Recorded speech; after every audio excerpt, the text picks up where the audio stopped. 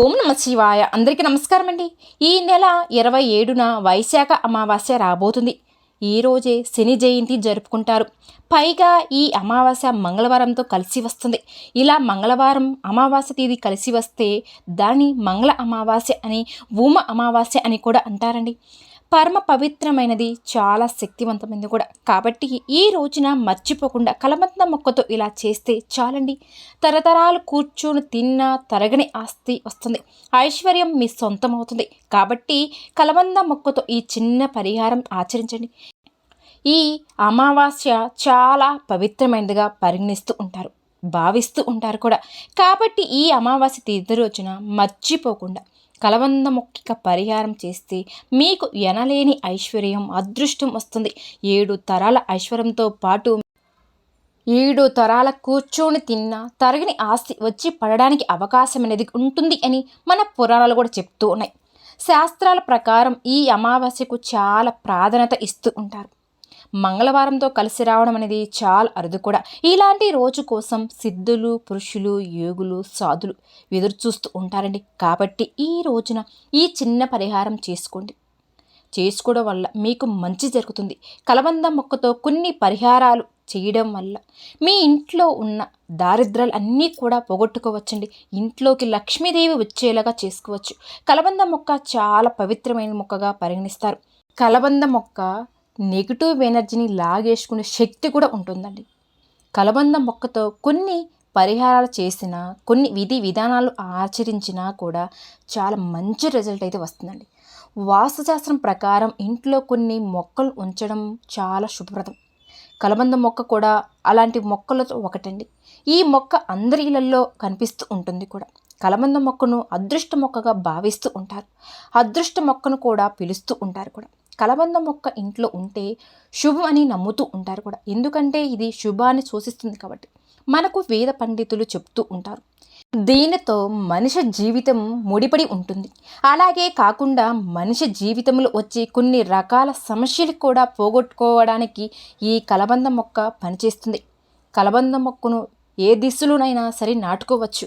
ఎందుకంటే కలబంద మొక్క ఏ దిశలో నాటినా మనకు మంచి ఫలితాలే వస్తాయని శాస్త్రాలు కూడా చెప్తూ ఉంటాయి. కలబంద మొక్క ఏ వైపుకైతే ఎక్కువగా వాలి పెరుగుతూ ఉంటుందో దాన్ని బట్టి కూడా మన సంపాదన కూడా మనం అంచనా వేసుకోవచ్చు. కుడివైపు వంగి కలబంద మొక్క పెరిగితే మన సంపాదన విపరీతంగా పెరుగుతుందని అర్థం. అదే ఎడమవైపు పెరుగుతూ ఉంటే కలబంద మొక్క పెరిగితే మనకు ఎప్పుడు కూడా ధనానికి లోటు అనేది ఉండదు అని అర్థం కూడా. అలా కాకుండా కలబంద మొక్క స్ట్రైట్గా పెరుగుతూ ఉంటే మనకు ఎదుగుదలను సూచిస్తుందని అర్థం. ఇలా కలబంద మొక్క ఏ విధంగా పెరుగుతూ ఉంటుందో అదే విధంగా ఇంట్లోనే మనుషుల జీవితం అనేది ముడిపడి ఉంటుంది, సంపాదన అనేది సూచిస్తూ ఉంటుందండి. కాబట్టి ఖచ్చితంగా కలబంద మొక్కను ఇంట్లో మాత్రం పెంచుకోండి. ఎట్టి పరిస్థితుల్లో చిన్న మొక్క అయినా సరే నాటుకోవడానికి ప్రయత్నించండి. అలానే కాకుండా కలబంద మొక్క ఇంట్లో గుబురుగా హైట్గా పెరిగితే మాత్రం మీ ఇంట్లో లక్ష్మీదేవి నివసిస్తుందని అర్థమండి. ఆ తల్లి మిమ్మల్ని అనుగ్రహిస్తుందని కూడా మీరు అర్థం చేసుకోవచ్చు. లక్ష్మీ అనుగ్రహం ఉంది కాబట్టి కలబంద మొక్క అంత చక్కగా పెరుగుతుందని వేద పండితులు చెప్తూ ఉన్నారండి. కాబట్టి సంపదకు, మానవుడి యొక్క ఎదుగుదలకు, జీవితానికి ముడిపడి ఉంటుంది. కాబట్టి కలబంద మొక్కతో ఏం చేసినా కానీ మంచి ఫలితాలు అయితే వస్తాయండి. కలబంద మొక్కను ఇంట్లో పెంచేటప్పుడు సరైన స్థలంలో పెట్టుకోవాలి. అలా పెట్టుకుంటే ఎప్పుడు కూడా మనకు సంపదకు, ఆనందానికి ఎటువంటి లోటు అనేది ఉండదండి. ముక్కోటి దేవతలు మీ ఇంట్లో నివసిస్తూ ఉంటారు. ఖచ్చితంగా ఇంట్లో కలబంద మొక్క అనేది పెంచుకుంటూ ఉండాలి. ఇంట్లో కలబంద మొక్కను నాటడం వల్ల పాజిటివ్ ఎనర్జీ అనేది వస్తుంది. దీనితో పాటు నెగిటివ్ ఎనర్జీ అంతా కూడా తొలగిపోతుందండి. అలానే కలబంద మొక్కను ఇంట్లో పెంచుకుంటే మన ఇంట్లో శ్రేయస్సు, ఆనందం, శాంతి ఇవన్నీ కూడా నెలకొంటాయండి. మీ ఇంటి వెనక వైపు కలబంద మొక్కను పెంచితే మీకు ఖర్చులు తగ్గుతాయండి. ఆదాయం అనేది బాగా పెరుగుతుంది. మీ జీవితంలో దారిద్ర్యాలు పోయి అష్ట ఐశ్వర్యాలు కలగాలి అంటే మనం అమావాస్య రోజు చక్కగా ఈ పరిహారం చేయాలి. మరి అసలు ఈ అమావాస్య రోజున కలబంద మొక్కతో ఏం చేయాలి అనే విషయాన్ని ఇప్పుడు మనం ఈ వీడియో ద్వారా వివరంగా తెలుసుకుందాం. కాబట్టి ఈ వీడియోని ఎక్కడ కూడా స్కిప్ చేయకుండా చివరి వరకు చూడండి, అప్పుడే మీకు పూర్తిగా అర్థమవుతుంది. వైశాఖ అమావాస్య నాడే శనిదేవుడు పుట్టాడు, అందుకే ఇది శనిదేవుడికి ఎంతో ఇష్టమైన అమావాస్య అని శాస్త్రాలు కూడా చెప్తూ ఉన్నాయి. జ్యోతిష్ శాస్త్రం ప్రకారం 9 గ్రహాల్లో శని ప్రత్యేక స్థానం ఉంది. ఒక వ్యక్తికి శిక్షించడం లేదా ఆశీర్వదించడం అనేది శనిదేవుడి యొక్క అనుగ్రహం తప్పనిసరిగా అని జ్యోతిష్య శాస్త్రం చెప్తుందండి. పురాణాల ప్రకారం ఛాయాదేవి సూర్యదేవుడు కుమారుడు అయిన శనిదేవుడు వైశాఖ మాసంలోని అమావాస్య రోజున జన్మించాడు. అందుకే వైశాఖ మాసంలోని అమావాస్య రోజున శని జయంతిని జరుపుకునే సాంప్రదాయం ఉంది.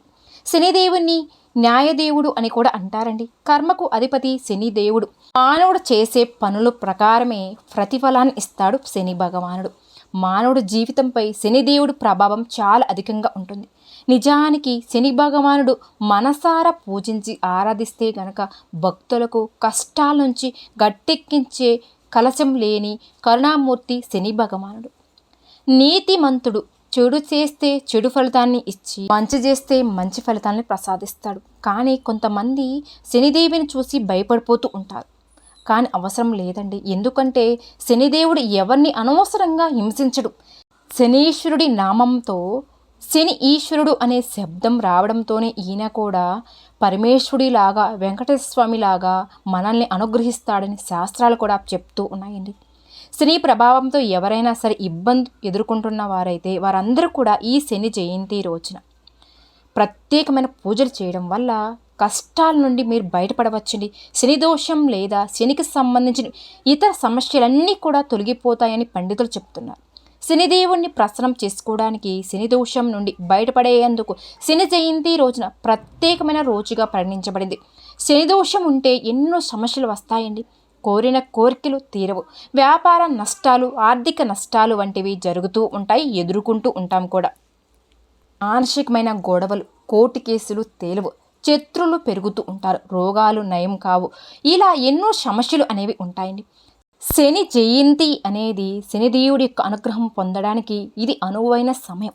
ఈ రోజున శని భగవానుడికి అతనికి ప్రీతిపాత్రమైన నీలం రంగు పూలను, షమి ఆకులను, నల్ల నువ్వులను, నువ్వుల నూనెను వంటివి వాటితో పూజించండి. ఫలితం అనేది శని దోషం, శని ప్రభావం పోతుందండి. శని జయంతి నాడు ఏదైనా సరే శనీశ్వరుడి యొక్క ఆలయానికి వెళ్ళి శనిదేవుడికి నమస్కరించుకొని ఒక గిన్నెలో నువ్వుల నూనె వేసి అందులో ప్రతిబింబాన్ని చూసుకోవాలి, దానం చేయాలి. అలా తర్వాత ఇలా చేస్తే శని దోషం పోతుంది. శనిపీడ పోవాలి అంటే శనిదేవుడికి నువ్వుల నూనెతో అభిషేకం చేయించండి. ఇక ఈ అమావాస్య రోజున వాటితో పూజించాలి.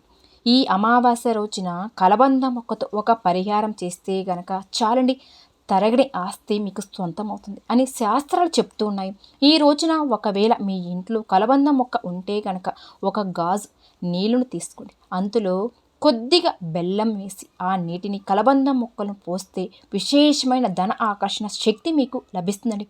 ఇలా చేయడం వల్ల మీకు అనుకున్న పనులన్నీ కూడా ఖచ్చితంగా అనుకున్న సమయంలో జరిగే అవకాశం ఉంటుంది. ఈ అమావాస్య రోజున కనుక కలబంద మొక్కను మన ఇంట్లో నాటుకుంటే చాలా అదృష్టం అనేది కలిసి వస్తుందండి. చాలామంది భావిస్తూ ఉంటారు కూడా, ఆర్థికంగా బాగా కలిసి వస్తుందని కూడా నమ్ముతూ ఉంటారు.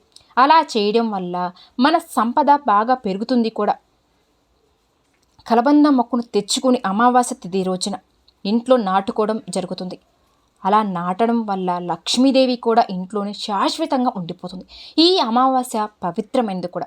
ఈ రోజున మర్చిపోకుండా కలబంద మొక్కతో ఇప్పుడు మనం చెప్పుకోపోయే విధంగా ఈ చిన్న పరిహారం చేసుకోండి. మీకు అదృష్టం, ఐశ్వర్యం, శ్రేయస్సు, శాంతి కలుగుతుంది. కలబంద మొక్కకు నరదిష్టి, నరపీడ తొలగించే అద్భుతమైన శక్తులు ఉంటాయండి. అంతేకాకుండా కలబంద మొక్క మన కష్టాన్ని తీర్చగలదు కూడా, మన జీవితాన్ని అద్భుతంగా మార్చగలదు కూడా, దారిద్ర్యాలను కూడా వదిలించగలదు. దారిద్ర్యం అంటే ధనం లేకపోవని చాలామంది భావిస్తూ ఉంటారు. కానీ దారిద్ర్యం అంటే ధనం లేకపోవడం ఒకటే కాదండి, మంచి ఆరోగ్యం లేకపోవడం అది దారిద్ర్యమే అవుతుంది కదండి. అనే తిండి ఉండి కూడా తినలేకపోవడం దారిద్ర్యమే. కంటి నిండా నిద్ర లేకపోవడం కూడా దారిద్ర్యమే. పిల్లలు లేకపోవడం దారిద్ర్యమే. పిల్లలు ఉన్నవారు మన మాట వినకపోయినా అది దారిద్ర్యమే. ఇంట్లో ధనం ఉన్నా దాన్ని అనుభవించలేకపోయినా దాన్ని దారిద్ర్యమే అంటారండి. ఎప్పుడు కూడా మన ఇంట్లో గొడవలు పడుతూ ఉన్నా కూడా మనశ్శాంతి లేకుండా ఎంతో పెద్ద బంగాళాలో ఉన్నా సరే ఏం లాభం చెప్పండి? దారిద్ర్యం అనేది రకరకాలుగా ఉంటుందండి. కాబట్టి ఈ కలబంద మొక్కతో పరిహారం చేసుకుంటే ఈ దారిద్ర్యాలన్నీ కూడా పోతాయండి. మీరు సంతోషంగా, సుఖంగా, శాంతిగా ఉండగలుగుతారు. కలబంద మొక్క ఎంతో శక్తివంతమైనదని ఈ పరిహారం అందరికీ తెలుసండి. అందుకే అందరూ ఇంటి ముందు కలబంద మొక్కను కడతారు. ఇంటికి కట్టుకోకపోయినా పర్వాలేదండి, ఇంటి ముందు అయితే ఖచ్చితంగా పెంచుకుంటారు. కలబంద మొక్క అనేది చాలా విశేషంగా ఫలితాలు ఇస్తుంది. కలబంద మొక్కను ఎప్పుడైనా సరే ఇంటి ముందు కట్టాలి అనుకునేవారు లేదా ఉన్న కలబంద మొక్కను తీసేసి కొత్త కలబంద మొక్కను మార్చుకోవాలి అనుకునేవారు అమావాస్య రోజున మార్చుకుంటే చాలా మంచిదండి. ఇక ప్రత్యేకించి అమావాస్య రోజున కలబంద మొక్కతో ఒక పరిహారం చేసుకుంటే తరతరాలకు తరగని ఐశ్వర్యం మీకు సొంతమవుతుంది. లక్ష్మీదేవి అనుగ్రహంతో మీకు ఉన్న దారిద్ర్యాలన్నీ కూడా వదిలిపోతాయండి. పెద్దలు కూడా చెప్తూ ఉంటారండి, ఈ కలబంద మొక్క పరిహారం చేసుకుంటే అద్భుతమైన ఫలితాలు వస్తాయని గ్రంథాలు చెప్తూ ఉన్నాయి. అసలు ఏం చేయాలి అంటే ఏమీ లేదండి. ఈ అమావాస్య రోజున చక్కగా ఒక కలబంద మొక్కను తెచ్చుకోండి, వేర్లతో సహా పీకి తెచ్చుకోండి. మీ ఇంటి దగ్గర పెంచుకునే మొక్క అయినా సరే పర్వాలేదు, ఈ పరిహారం వాడుకోవచ్చు, లేదా బయట నుంచైనా తెచ్చుకోవచ్చండి. ఇలా తెచ్చుకున్న మొక్కను ఒక తడి వస్త్రంలో తుడవండి. తడి వస్త్రంతో తుడిచిన తర్వాత ఆ మొక్కను పసుపు కుంకుమతో బొట్టు పెట్టండి. ముందుగా మనం పసుపు బొట్టు పెట్టి ఆ పైన కుంకుమ బొట్టు పెట్టండి.